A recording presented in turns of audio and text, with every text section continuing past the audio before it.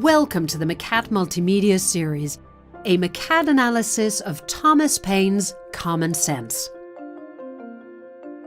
Only a handful of texts have inspired and impassioned whole nations to take action.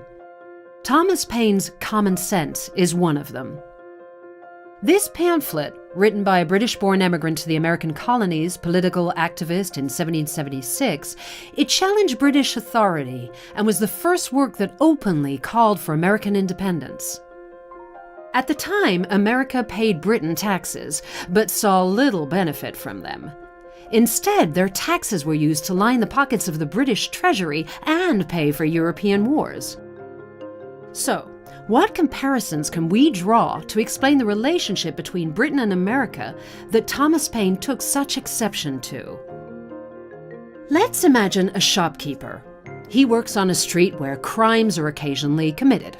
As a result, the shopkeeper develops some legitimate worries about the safety of his shop and his stock. A criminal gang turns up, posing as a protector. The ringleader promises the shopkeeper protection from harm or thieves, in return for payment of a regular fee, a tax. The shopkeeper agrees to this tax, thinking that the money will be spent on increased security, perhaps a few patrol guards. After a while, the shopkeeper's shop is vandalized and much of his stock stolen. He realizes that his money has not been spent on increasing security and decides to visit the ringleader of the gang to tell him about the robbery and ask him how his money has been spent.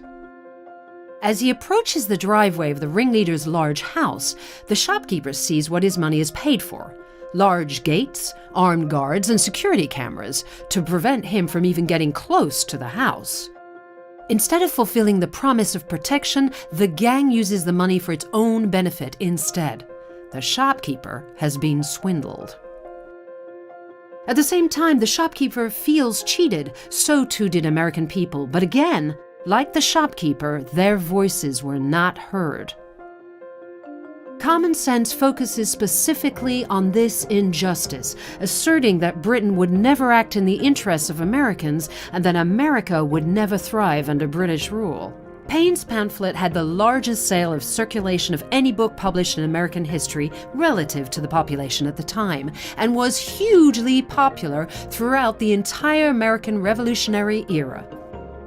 A more detailed examination of Paine's ideas can be found in the McCat analysis.